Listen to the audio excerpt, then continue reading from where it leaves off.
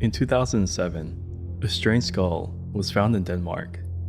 It didn't match any known human species, or any known species at all. In this one, researchers were about to give it a deep analysis. It disappeared.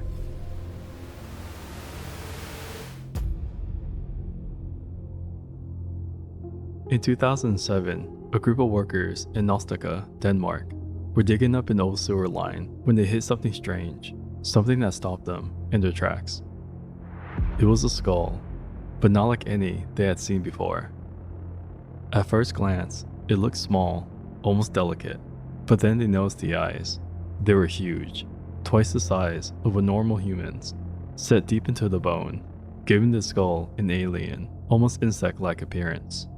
The bone itself was unusually thin, almost too thin to match any known species. It didn't quite fit any animal in the area, and it definitely didn't match any known hominin.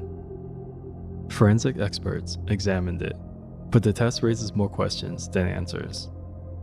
The skull was dated to around 800 years ago, far too recent for prehistoric hominins, but too anomalous for any modern human population.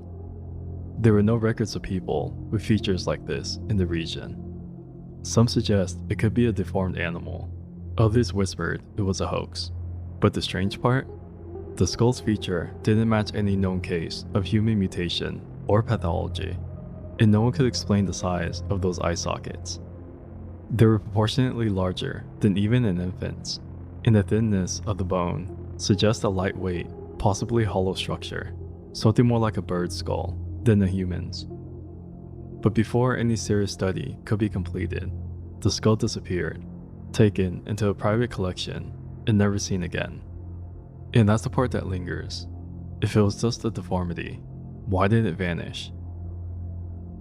A skull with no match in biology, dated to the 13th century and found on top of water pipes. Was it a hoax, a genetic anomaly, or something we're not supposed to explain? And if it's not human, then what is it?